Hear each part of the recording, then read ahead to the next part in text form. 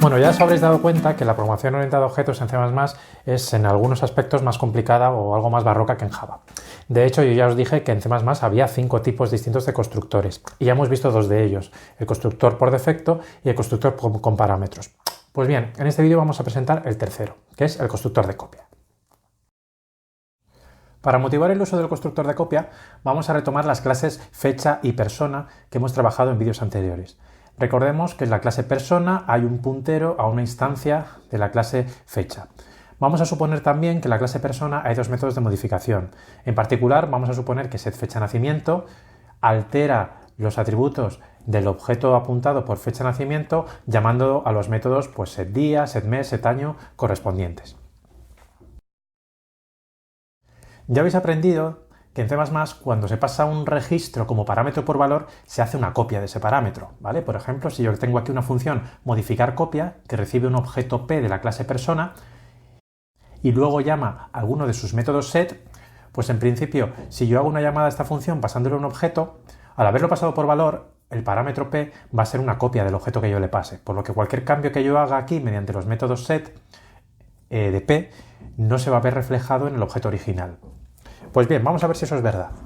Creo un objeto de la clase persona llamado David, imprimo su información y obtengo esto de aquí. Vale. Después llamo a modificar copia, pasando a David como parámetro, lo cual no debería afectar al objeto David, porque es un parámetro por valor. Todos los cambios se van a hacer sobre la copia. Para comprobar si es verdad, pues imprimo otra vez la información de David. Y veo que el cambio de nombre a Berta que he hecho aquí no ha afectado al objeto David, pero sí el cambio de fecha. ¿Y qué ha pasado aquí? Bueno, pues en efecto, cuando se pasa un objeto por valor, se crea una copia de ese objeto. ¿Pero qué tipo de copia? Pues básicamente se copian los valores de cada atributo desde el original hasta la copia. Por ejemplo, si yo tengo el objeto David con 2 campos, el nombre y un puntero a la fecha, al llamar a P y hacer una copia, copio el nombre, pero no copio la fecha, lo que copio es el puntero a la fecha. Es decir, tanto el original David como la copia, el parámetro P, apuntan al mismo objeto fecha. Por tanto, si yo desde P modifico la fecha llamando a los métodos set, los cambios se van a ver reflejados en el objeto David, porque la fecha es compartida por ambos. Lo de copiar de un objeto a otro, atributo por atributo, funciona bien en muchos casos, pero cuando los atributos apuntan a objetos en el heap, se hacen copias del puntero, de modo que tenemos compartición entre el objeto original y la copia. Y eso es aún peor en el caso en el que yo tenga destructoras, porque volviendo atrás, cuando yo llamo a modificar copia, la función termina y la variable P sale de ámbito. Y el destructor de la clase persona, sabéis que hace un delete sobre la fecha. Por tanto, se borra el objeto fecha correspondiente. Y una vez que yo me salgo de modificar copia, reanudo mi función aquí. Y se llama al método imprimir de la variable David, la cual accede a la fecha, pero la fecha ya ha sido liberada. Y luego, cuando termina la función main, se va a llamar al destructor del objeto David, lo cual va a intentar liberar la fecha por segunda vez. Bueno, pues dado que esta compartición ha sido la fuente de todos nuestros males, ¿podríamos cambiar el modo en el cual se hace la copia para evitar esta compartición? Pues la respuesta es afirmativa y está en uno de los distintos tipos de constructores que ya habíamos enumerado en otro vídeo. Hemos visto estos 2 en vídeos anteriores y en el vídeo de ahora vamos a introducir el constructor de copia. El constructor de copia, como todo constructor que se precie, es un método que tiene el mismo nombre que la clase, como siempre. La gracia consiste en que recibe un único parámetro, que es una referencia constante a una instancia de la misma clase, en este caso fecha. Este constructor debe encargar de inicializar los atributos del objeto dis, tomando como origen los atributos del objeto pasado como parámetro. Por ejemplo, una implementación del constructor copia de fecha podía inicializar los atributos de dis utilizando los atributos del parámetro f, de modo que estoy copiando la información de f a dis, atributo por atributo. Si yo no pongo un constructor de copia en mi clase, esto es lo que hace por defecto. Este es el constructor de copia que se generaría por defecto. Es un constructor de copia que inicializa los atributos del objeto asignándoles el mismo valor de los atributos correspondientes del parámetro. Por tanto, si mi constructor de copia va a hacer exactamente lo mismo, no merece la pena definirlo en este caso, ¿vale? En este caso de la clase fecha, lo más recomendable incluso en este caso sería pues, no declarar el constructor de copia. porque implementar nosotros un constructor de copia que es exactamente igual al que se implementaría por defecto no tiene mucho sentido.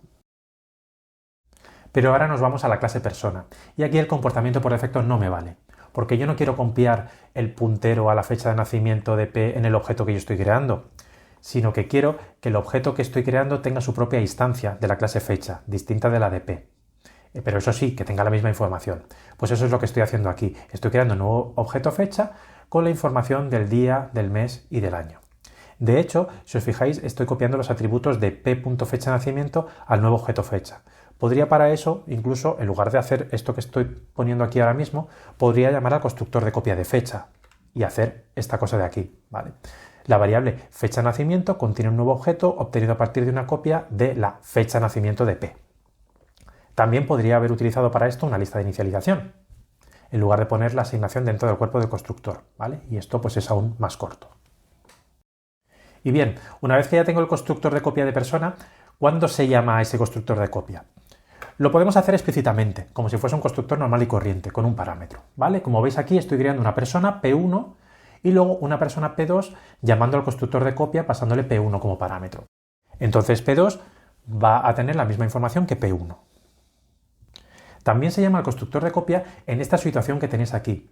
Ojo con esto, cuando declaro una variable y a la vez la inicializo con otro objeto de la misma clase, se va a llamar al constructor de copia, ¿vale? Así que este código es equivalente al código anterior que os he enseñado en la diapositiva.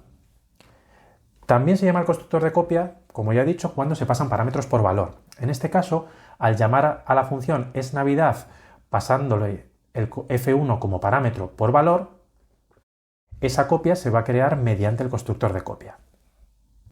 Por último, también se llama el constructor de copia a la hora de devolver resultados, ¿vale? Aquí, cuando termina la ejecución de la función Nochevieja, se va a copiar la información de vuelta al llamante mediante el constructor de copia.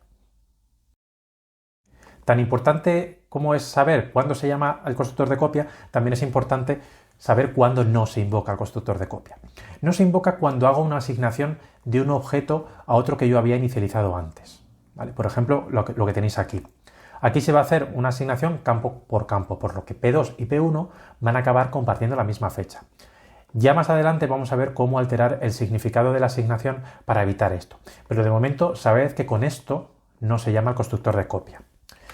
En el ejemplo de aquí abajo, no obstante, sí se llama el constructor de copia, ya que esto es una inicialización, ¿vale? Estoy combinando la declaración de P2 con la asignación de P1. Aquí sí se llama el constructor de copia. Volviendo a nuestro ejemplo, yo ahora voy a tener un objeto David con sus dos atributos, uno de ellos un puntero al heap.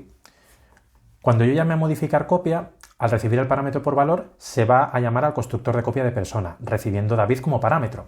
Y esto hace que se vaya a crear un objeto distinto, fecha, con la misma información que el objeto fecha de David. Cualquier cambio que haga se va a hacer sobre este último, manteniendo el original intacto. Por tanto, en la ejecución voy a tener el resultado que yo esperaba antes, ¿vale? Se va a imprimir lo mismo antes y después de llamar al método modificar copia.